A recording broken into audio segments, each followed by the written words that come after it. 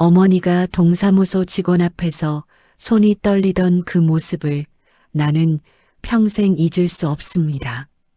서류를 내밀자 어머니는 그저 멍하니 개미 같은 글자들만 바라보고 계셨습니다. 하지만 그날 받을 품삯 350원은 10원짜리 하나까지 정확히 외우고 계셨습니다. 이 까막눈 어머니는 훗날 자식들을 글로 사는 세상까지 밀어 올립니다.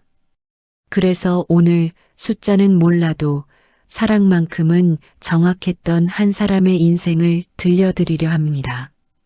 그를 몰라 세상에 속으며 살았지만 자식 입에 들어갈 쌀값은 한 푼도 틀리지 않았던 어머니. 청계천 판자촌에서 남의 집 빨래 300벌을 빨아도 손가락으로 숫자를 세던 어머니.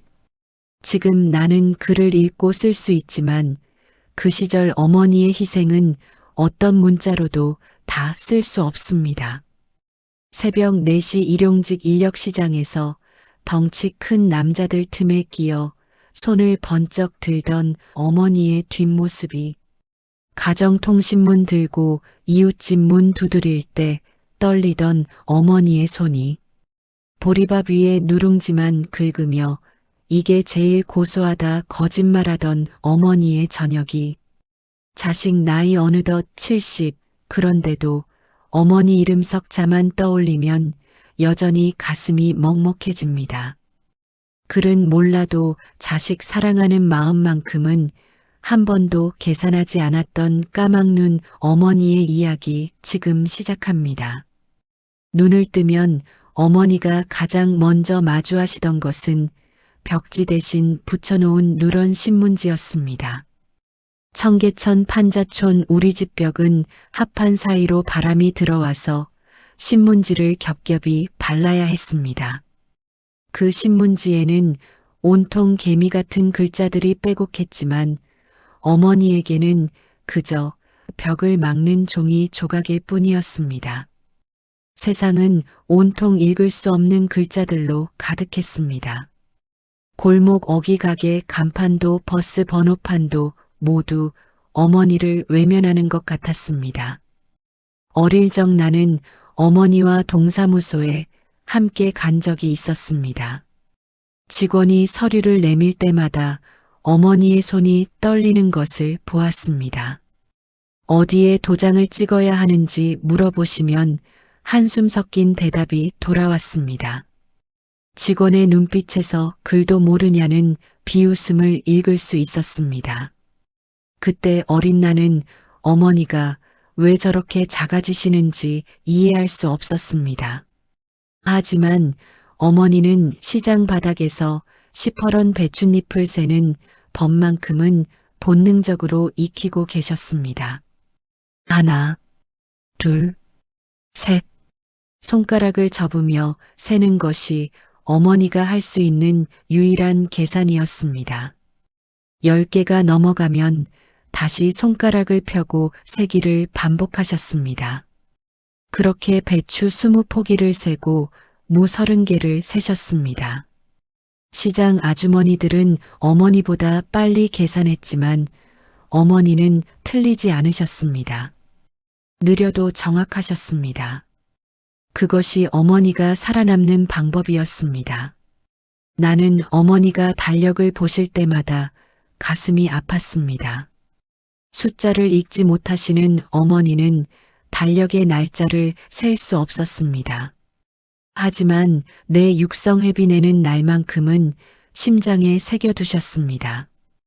해가 뜨고 지는 것을 세어서 날짜를 기억하셨습니다. 보름달이 뜨면 한 달의 절반이 지난 것을 아셨습니다.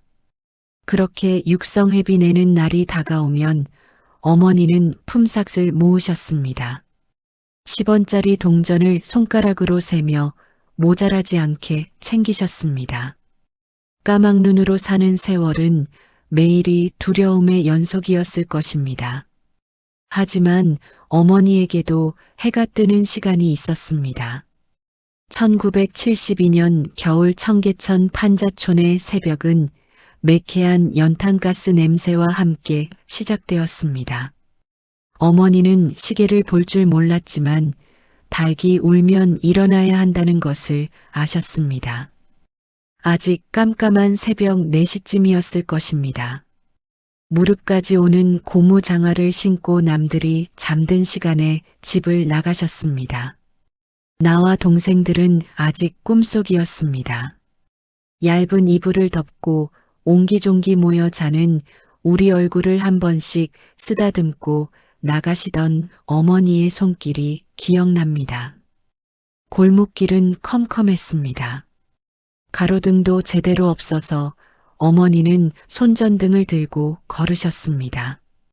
미끄러운 비탈길을 조심조심 내려가시던 뒷모습을 창문 틈으로 지켜본 적이 있었습니다. 종로 쪽 인력시장까지는 1시간쯤 걸렸을 것입니다. 버스를 타면 빨리 갈 수 있었지만 어머니는 버스비를 아끼셨습니다. 그 돈이면 우리 밥 한 끼를 더 먹일 수 있었으니까요. 걸어가는 동안 어머니의 발이 얼마나 시렸을까요? 고무장화 안에 신문지를 구겨 넣으셨지만 추위는 막을 수 없었을 것입니다. 인력시장에 도착하면 이미 많은 사람들이 모여 있었다고 들었습니다. 대부분 남자들이었습니다. 덩치 큰 남자들 사이에서 어머니는 작아 보였을 것입니다. 하지만 어머니도 힘쓸 줄 안다고 손을 번쩍 드셨다고 합니다. 일거리를 찾는 사람이 오면 모두들 앞다투어 달려갔습니다. 어머니도 뛰어가셨습니다. 빨래 일감을 구하려고 애쓰셨습니다. 공사장 일은 남자들이 가져갔습니다. 여자들은 주로 빨래나 청소 일감을 구했습니다.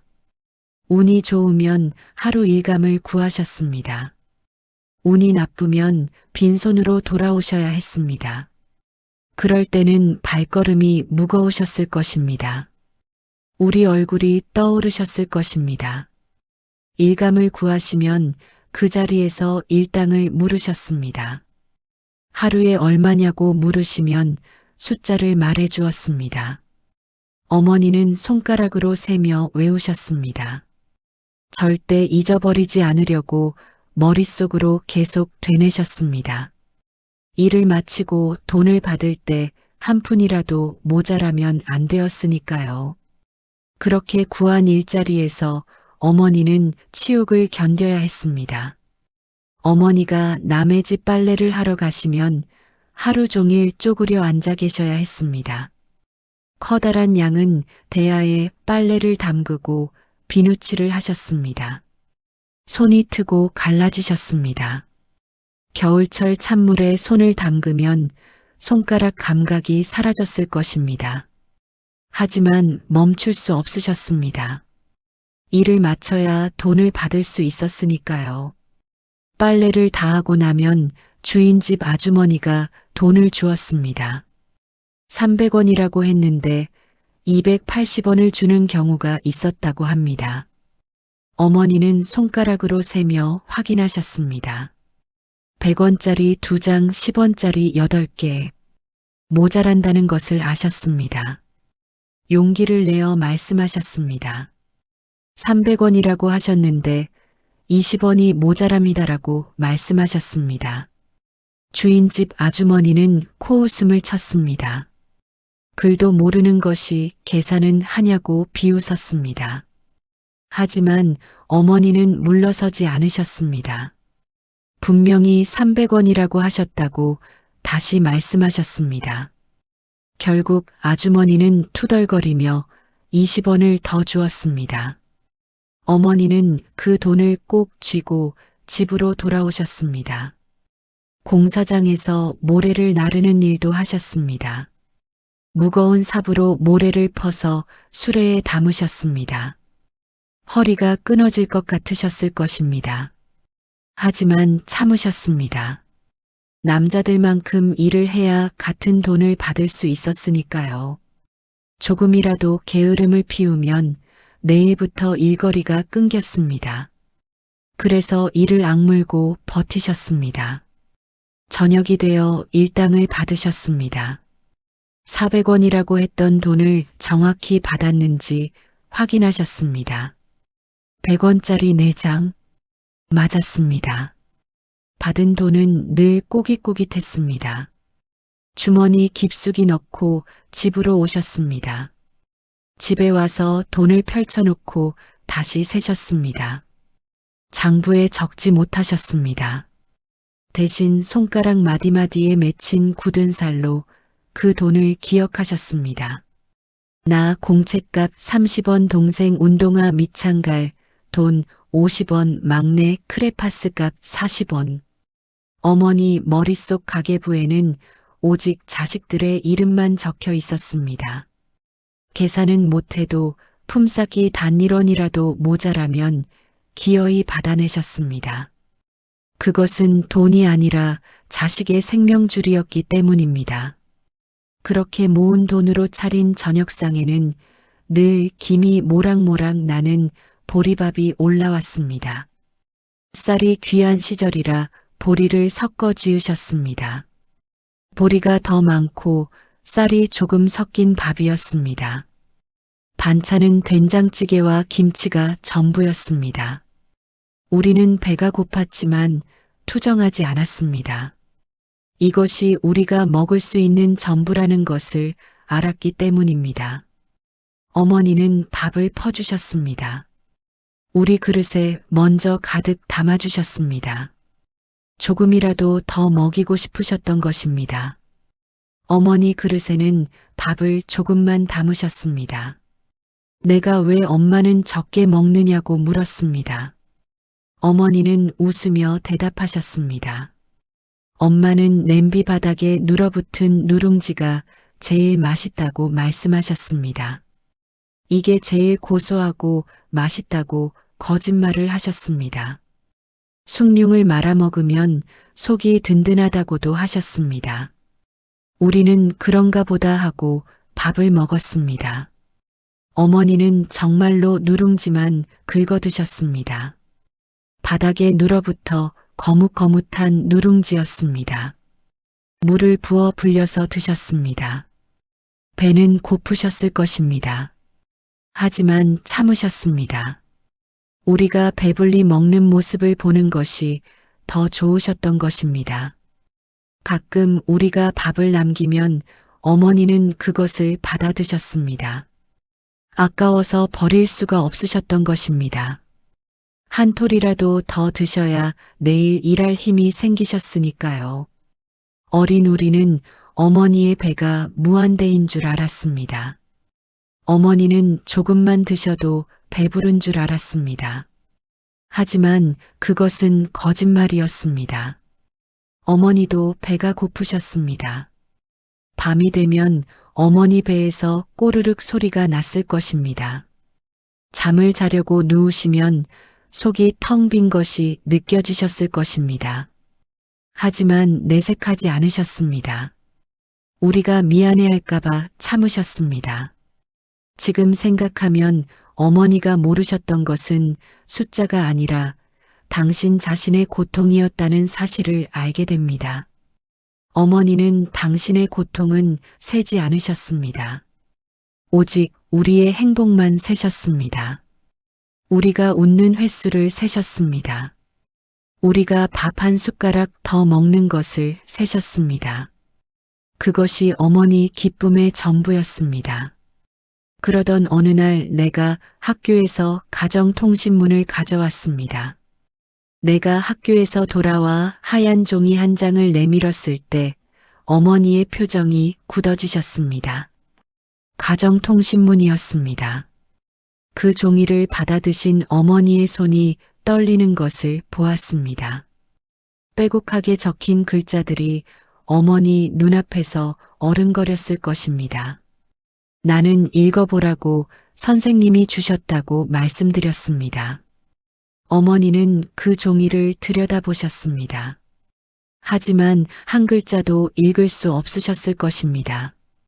그저 검은 개미들이 줄을 지어 기어가는 것처럼만 보이셨을 것입니다.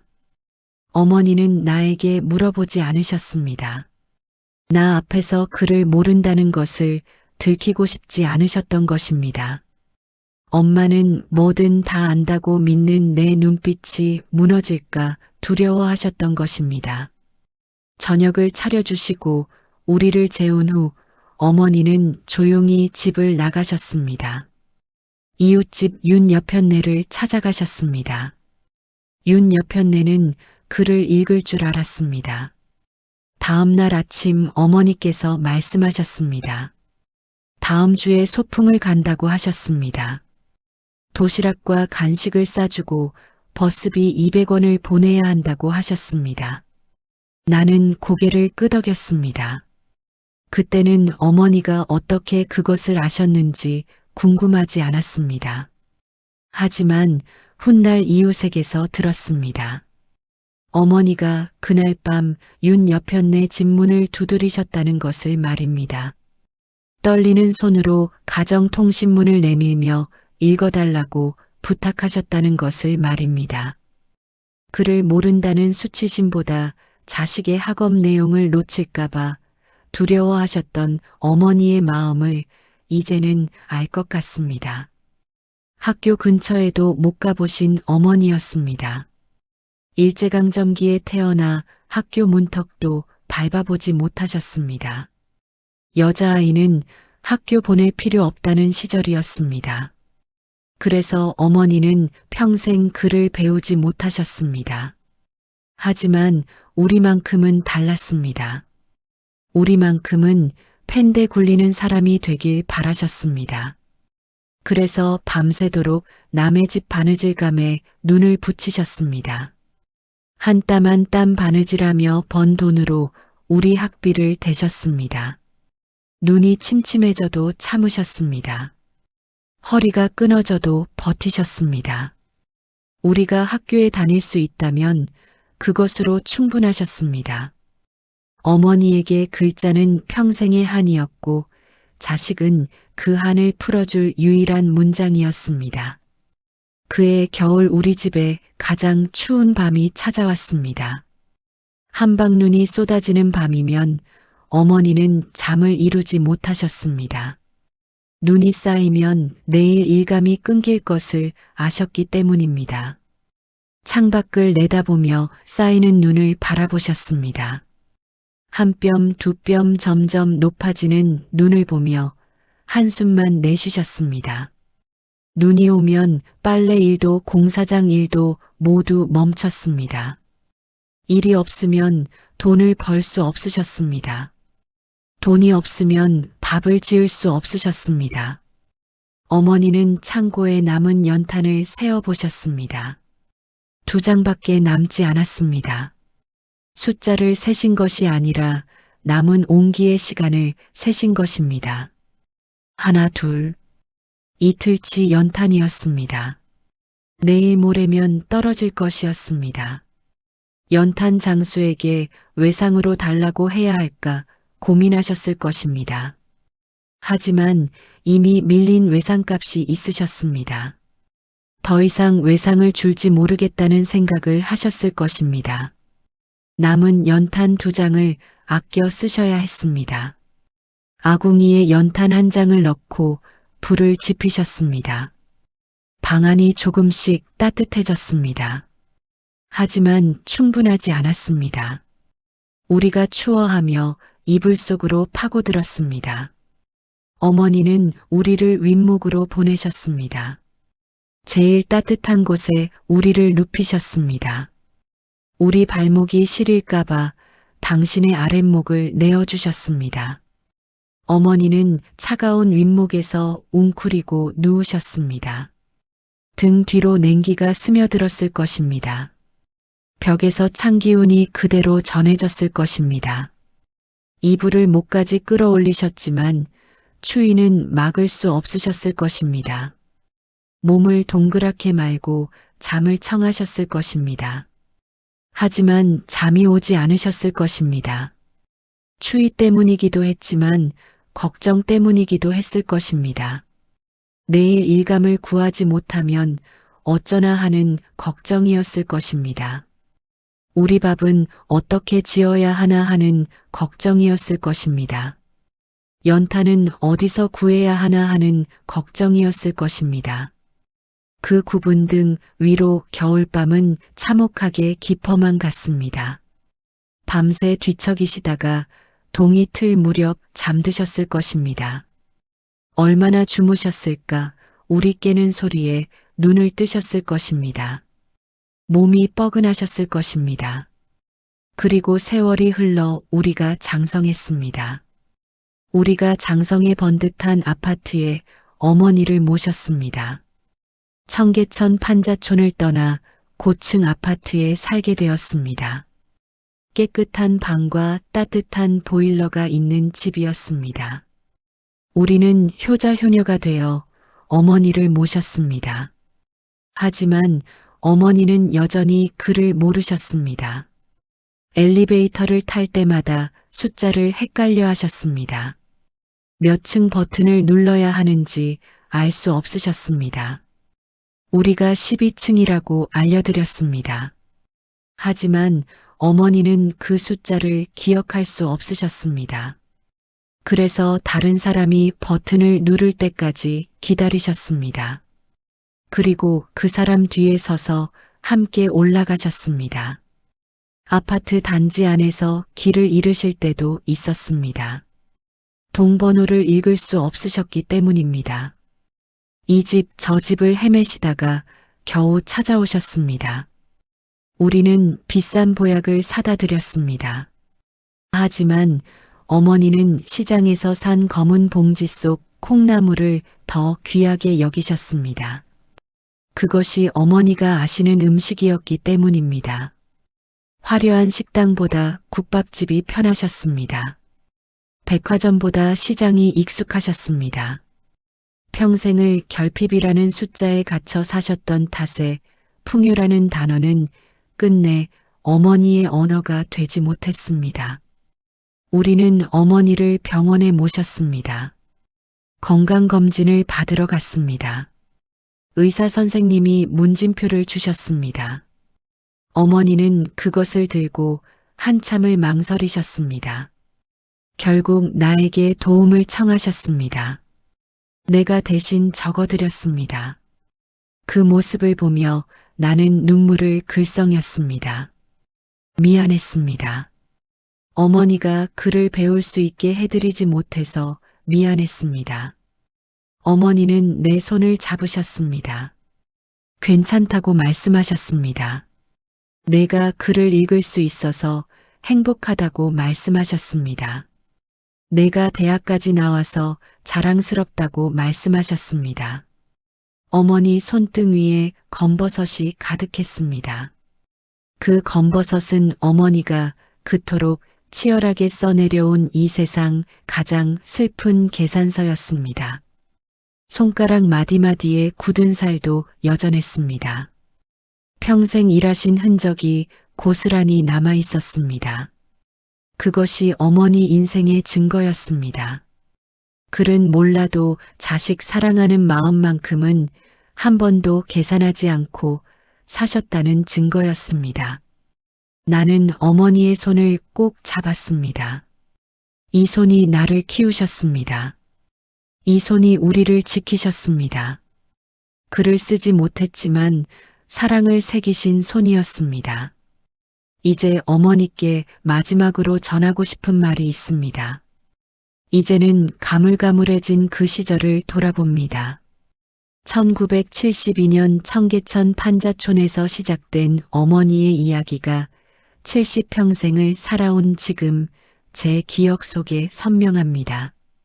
글자를 몰라 세상에 속으며 사셨습니다. 동사무소에서도 시장에서도 글을 모른다는 이유로 무시당하셨습니다.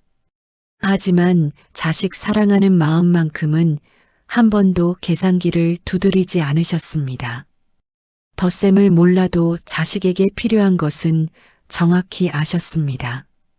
뺄셈을 몰라도 자식 앞에서 당신의 것을 덜어내는 법은 아셨습니다. 곱셈을 몰라도 자식의 행복이 곱해지길 바라셨습니다. 나눗셈을 몰라도 당신의 고통은 자식과 나누지 않으셨습니다. 그것이 까막눈 어머니가 할 수 있는 전부였습니다.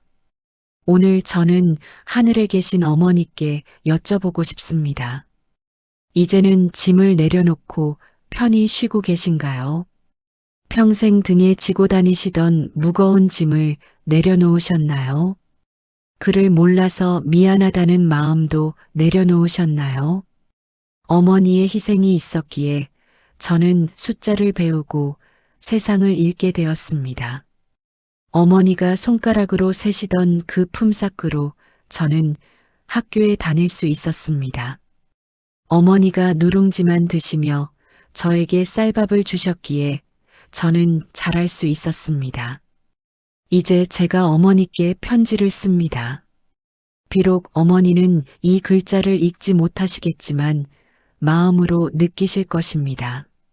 사랑합니다, 어머니. 고맙습니다, 어머니. 어머니의 희생을 잊지 않겠습니다. 어머니가 세지 못하셨던 숫자들을 제가 대신 기억하겠습니다. 새벽 4시에 일어나 인력시장으로 향하시던 그 발걸음을 기억하겠습니다. 품삯 한 푼 아쉬워 손가락으로 세시던 그 모습을 기억하겠습니다. 보리밥 위에 누룽지가 맛있다고 하시던 그 거짓말을 기억하겠습니다. 그리고 전합니다.